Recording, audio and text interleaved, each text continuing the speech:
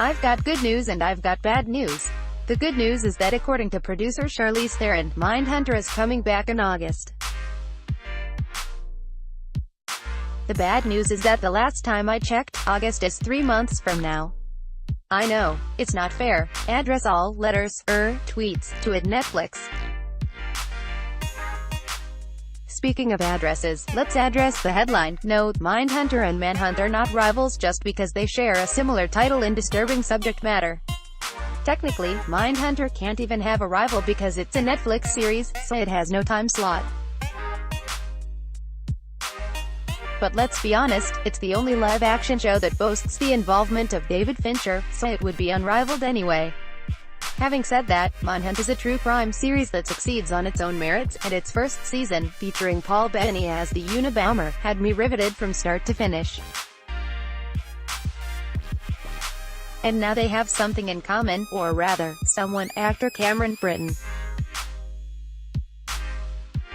Image via Discovery. Britton was the clear breakout of Manhunter's acclaimed first season, in which he played the soft-spoken serial killer Edmund Kemper. Britton was so impressive as the not-so-gentle giant that he earned an Emmy nomination. As of this writing, Kemper's return in Season 2 has not been confirmed, but I'd put good money on an appearance somewhere along the way. Then again, retired FBI profiler Johnny Douglas recently indicated that Fincher has a 5-season arc in mind for the show, so it's possible that Big Ed may not come back until further down the line. Either way, Britton has found his next gig, and it's a juicy one. As first reported by Deadline, he's set to play the infamous Richard Jewell in Manhunt, Lone Wolf, which will explore the Atlanta Olympics bombing. Jewell was the security guard who discovered the bomb at Centennial Olympic Park and risked his life to save hundreds of people before being falsely accused of planting the bomb himself. Co-starring opposite Britton will be Jack Huston, who has signed on to play Eric Rudolph, the actual mastermind behind the bombing. Image via It sounds like a hell of a role for Huston, who frankly, could use it. His last few films have fizzled at the box office, though he does have a role in Martin Scorsese's The Irishman, which could be the kind of work that gets his career back on track. I'm also encouraged by his casting in Lionsgate's racially charged thriller starring Janelle Monáe, and look forward to the upcoming Netflix film Earthquake Bird, in which he stars opposite Alicia Vikander and Riley Keough. As for what all this means for 20th Century Fox's The Ballad of Richard Jewell movie, which had engaged none other than Clint Eastwood to direct, I have no idea.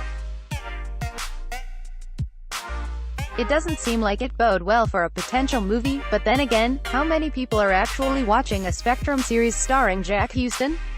Plus, if there's anyone in Hollywood who doesn't give a rat's ass about what anyone else is working on, it's Eastwood.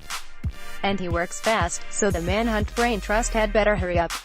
Image via Discovery. Speaking of that brain trust, the Manhunt, Unabomber team of executive producer John Goldwyn and writer, EP Andrew Sodrowski are both back for the second installment of the anthology series. They'll be joined by new EP Michael Dinner, a TV veteran whose credits include Sneaky Pete, Justified, Chicago Hope and one of my personal favorites, The Wonder Years. Manhunt hails from Lionsgate Television, which made a deal last year with Spectrum parent Charter Communications for new seasons of the true crime show. The first season aired on Discovery Channel and is now available on Netflix. I don't have Spectrum, so here's hoping their PR team reaches out to me.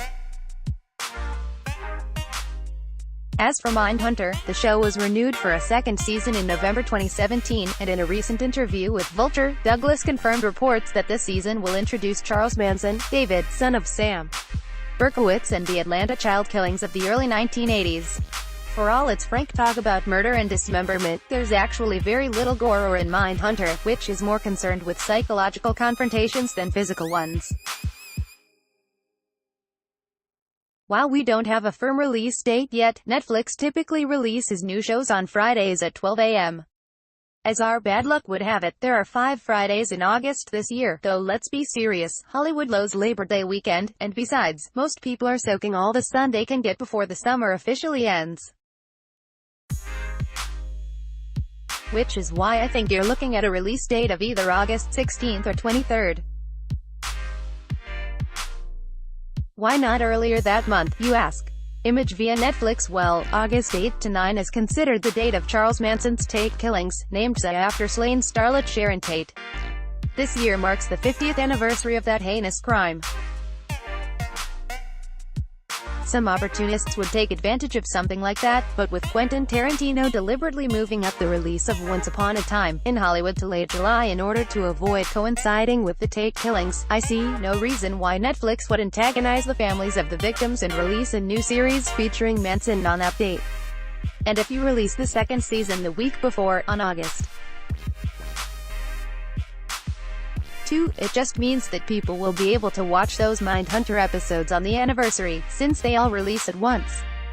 Outside of my scoop about Manson's casting, I don't have any inside information regarding Mindhunter or the release of its second season, so all this is pure, if informed, speculation.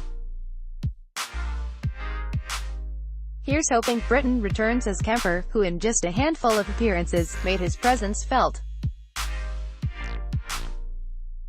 He may not be integral to the show, but he makes for a great Lecter to Jonathan Groff's Starling-esque Agent Ford. You can also catch Britton on the hit Netflix series The Umbrella Academy. He's represented by UTA, Velocity Entertainment Partners and Jackaway Tyreman. Houston, who can currently be seen in Matthew Weiner's Amazon series The Romanoffs, is repped by UTA and Untitled Entertainment. Watch there and let the cat out of the bag, an appropriate phrase when writing about a serial killer show, on SiriusXM's Howard Stern show below. And check out her new rom-com Long Shot, which deserved a much better opening.